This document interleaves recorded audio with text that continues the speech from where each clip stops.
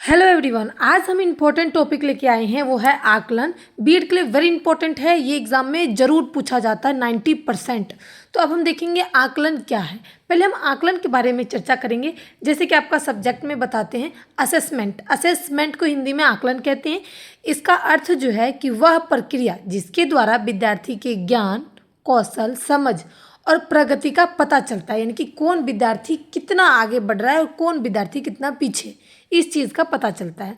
या फिर कौन विद्यार्थी एग्जाम में 80% ला रहा है और कौन बच्चे कम नंबर ला रहे हैं। आकलन से यह पता चलता है कि शिक्षण अधिगम प्रक्रिया कितनी सफल रही, यानी कि जो हमने बच्चों को सिखाया वो कितना प्रतिशत सफल रहा, यानी कि बच्चे परसेंटेज देखकर हमें पता चल जाता है कि उनको क्या समझ में आया।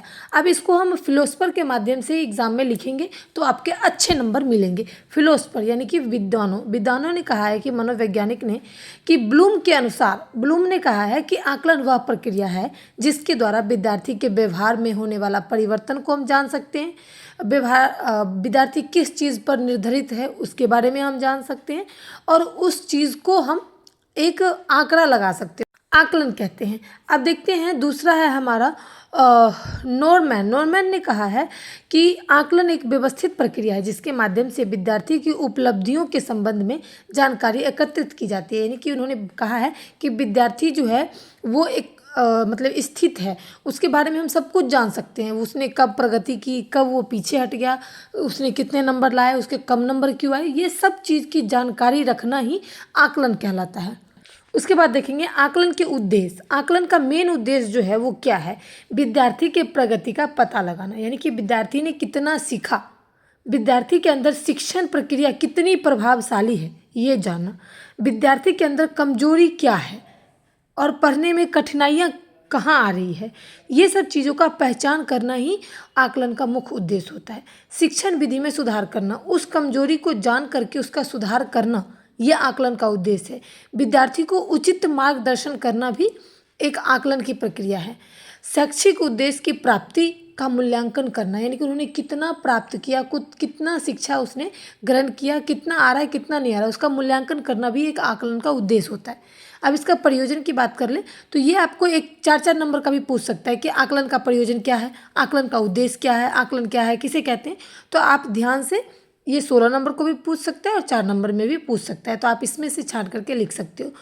तो आपको देखना है कि आकलन प्रयोजन शिक्षण अधिगम प्रक्रिया को प्रभावी बनाना, विद्यार्थी की क्षमता और योग्यता, यानी कि विद्यार्थी की कितनी क्षमता है, कितनी योग्यता है, उसके अनुसार से विद्यार्थी का पाठ्यक्रम बनाना चाहिए, पाठचर्या बनाना चाहिए कि विद्यार्थी को हम 1 महीने में ये चीज़ सिखाएंगे और इतना ही सिखाएंगे जिससे विद्यार्थी क्षमता के अनुसार सीख सकेगा।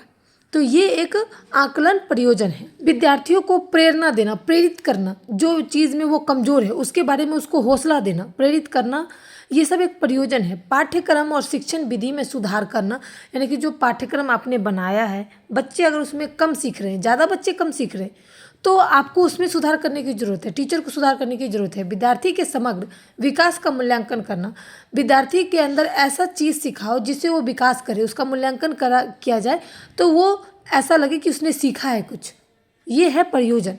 शिक्षक को यह समझने में सहायता देना है कि कोई भी विषय कठिन नहीं है, यानी कि शिक्षक जो है सभी विद्यार्थी को ही कहता है मैथ बहुत मैम कठिन होता है, मुझे समझ में नहीं आता, साइंस ऐसा है, ऐसा है, कुछ भी कठिन नहीं है। आपको इजी बना करके बच्चे के सामने प्रस्तुत करना है जिससे वो उस चीज़ से पढ़ेगा, सीखेगा, बल्कि डरेगा नहीं। ये चीज़ आपको करना है, यही आकलन का प्रयोजन है। उम्मीद करती हूँ कि आपको वीडियो पसंद आ रहा होगा। लास्ट में निष्कर्ष जरूर लिखें, अगर 16 नंबर का क्वेश्चन पूछ रहा है तो डायग्राम के माध्यम से आपको लिखना है, मैंने बताया उसको डायग्राम के माध्यम से आप लिख सकते हो। उद्देश्य में 5 टॉपिक लिख दिया, प्रयोजन में 5 टॉपिक लिख दिया और सर्कल करके, तो ये एक तरीके का आप डायग्राम बना लें। उसके बाद देखेंगे निष्कर्ष।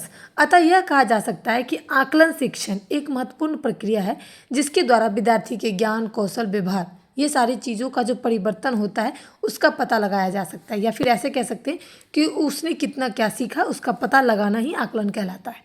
शिक्षण अधिगम प्रक्रिया का प्रभावी बनाने के लिए भी आकलन का प्रयोग किया जाता है। विद्यार्थी ने कितना सीखा, शिक्षण सामग्री से कितना सीखा, आसपास से कितना सीखा, ये सारी चीज़ों का पता लगा करके ही आकलन कहा जाता है। आकलन प्रयोजन, आकलन का उद्देश्य, ये सारी चीज़ें एक ही है।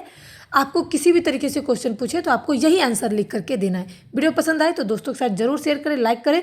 और एग्जाम में 16 नंबर के क्वेश्चन में से 15 नंबर आपका पक्का है अगर आपने इस तरीके से क्वेश्चन का आंसर दिया तो। Thanks for watching my video.